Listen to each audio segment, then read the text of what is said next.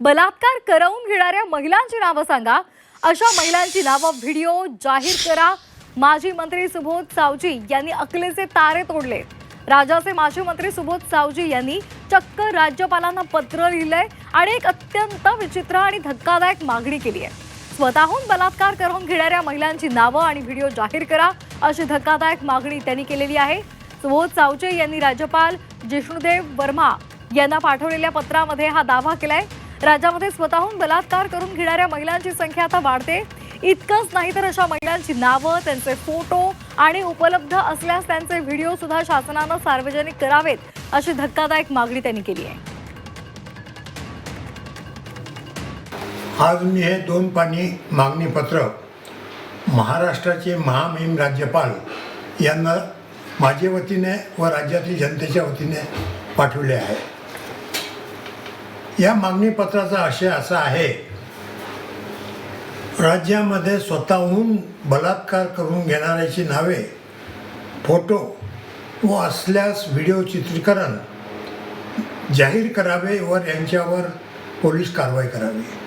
तर अशा प्रकरणामध्ये माननीय राज्यपाल महोदयांनी राज्याला निर्देश द्यावे की स्वतःहून बलात्कार करून घेणाऱ्या महिलांची नावे समाजासमोर आणावीत। तर माजी मंत्री सुबोध सावजी यांनी अकलेचे तारे तोडलेले आहेत। राज्याचे माजी मंत्री सुबोध सावजी यांनी चक्क राज्यपालांना पत्र लिहिले आणि त्यामध्ये एक अत्यंत विचित्र आणि धक्कादायक मागणी केली आहे। स्वतःहून बलात्कार करून घेणाऱ्या महिलांची नावं आणि व्हिडिओ जाहीर करा अशी मागणी त्यांनी केली आहे। तर शिवसेना युपीटीच्या उपनेत्या सुषमा अंधारेताई आपल्यासोबत जोडल्या गेलेल्या आहेत। तर सुषमाताई, आधी मी आपल्याला बाईट ऐकवते आणि त्यानंतर आपण या संदर्भात आपली प्रतिक्रिया घेऊया। आज मी हे 2 पानी मागणी पत्र महाराष्ट्राचे महामहिम राज्यपाल यांना माझ्या वतीने व राज्यातील जनतेच्या वतीने पाठवले आहे। या मागणी पत्राचा आशय असा आहे, राज्यामध्ये स्वतःहून बलात्कार करून घेणाऱ्याची नावे, फोटो व असल्यास व्हिडिओ चित्रीकरण जाहीर करावे व यांच्यावर पोलीस कारवाई करावी। तर अशा प्रकरणामध्ये माननीय राज्यपाल महोदयांनी राज्याला निर्देश द्यावे की स्वतःहून बलात्कार करून घेणाऱ्या महिलांची नावे समाजासमोर आणावीत। सुषमाताई, आपण हा बाईट ऐकलेला आहे, काय आपली प्रतिक्रिया आहे? महिलांविषयीची सहानुभूती तर बाजूला राहू दे, पण त्याविषयी धक्कादायक आणि चक्क त्यांनी बलात्कार करून घेणाऱ्या महिलांची संख्या वाढते असं म्हटलं आणि त्यांची नावं आणि व्हिडिओ जाहीर करा असं त्यांनी थेट म्हटलंय। हे इतकं संतापजनक वाक्य आहे। मुळात ज्या माणसाला भारतीय संस्कृती आणि भारतीय संस्कृतीतील एकूण महिला आणि आमचं कल्चर ज्याला कळत नाही, तोच इतक्या वाईट पद्धतीचं विधान करू शकतो।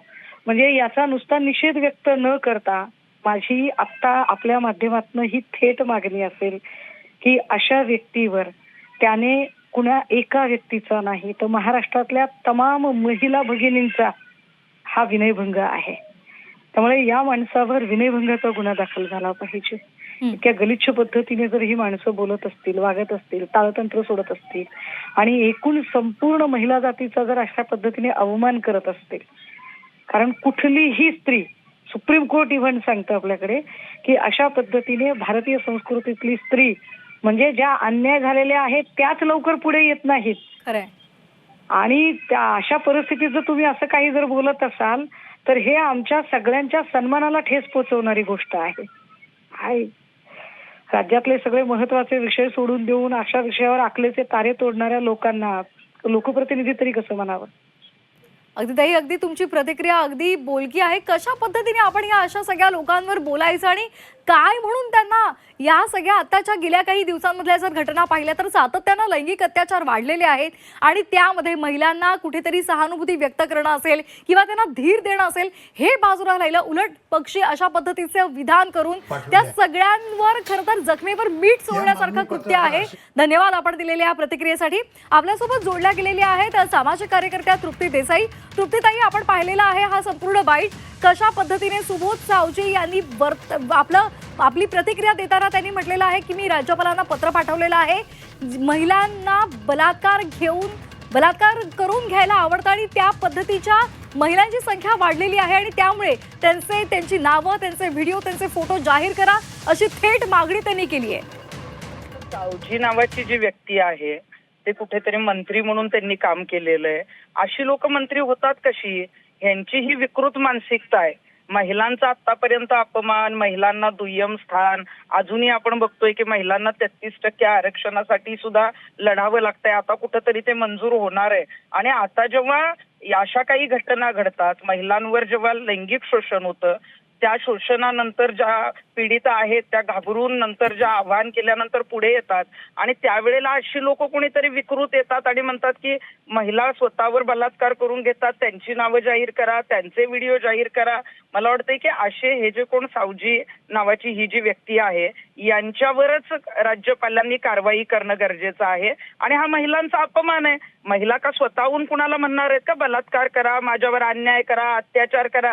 जेव्हा त्यांना काही गोष्टी सांगितल्या जातात, फसवलं जातं आणि ते कालांतराने कळतं, तेव्हा महिला ज्या आहे ते पोलीस स्टेशन असेल किंवा त्याच्या बाबतीत जी आहे ती धाव घेतात आणि तेव्हा त्यांना कळतं की ती फसवणूक झालेली आहे. आता खरात प्रकरण असेल, अमरावतीचं प्रकरण असेल, याच्यामध्ये आपण बघितलं असेल की आता व्हिडिओ सुद्धा व्हायरल करतायत.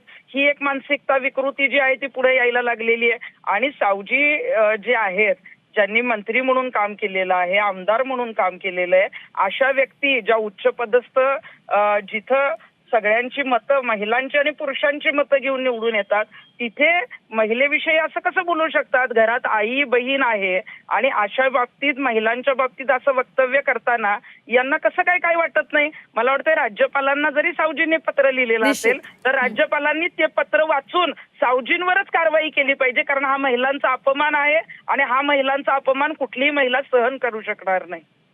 अगदी धन्यवाद दिलेल्या या प्रतिक्रियेसाठी. तर माजी मंत्री असलेल्याच व्यक्तीनं जर अशा पद्धतीचं विधान केलं तर इतरांकडून काय अपेक्षा करायची असा संतप्त सवाल खरं तर विचारला जातोय.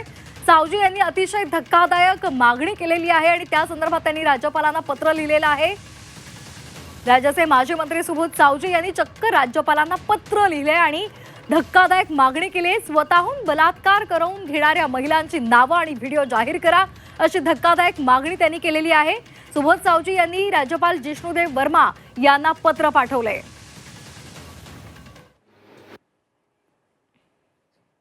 आज मी हे 2 पानी मागणी पत्र महाराष्ट्राचे महामहिम राज्यपाल यांना माझ्या वतीने व राज्यातील जनतेच्या वतीने पाठवले आहे. या मागणी पत्राचा आशय असा आहे,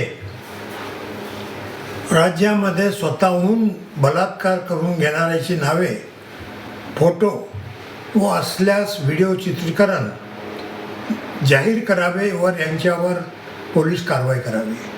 तर अशा प्रकरणामध्ये माननीय राज्यपाल महोदयांनी राज्याला निर्देश द्यावे की स्वतःहून बलात्कार करून घेणाऱ्या महिलांची नावे समाजासमोर आणावीत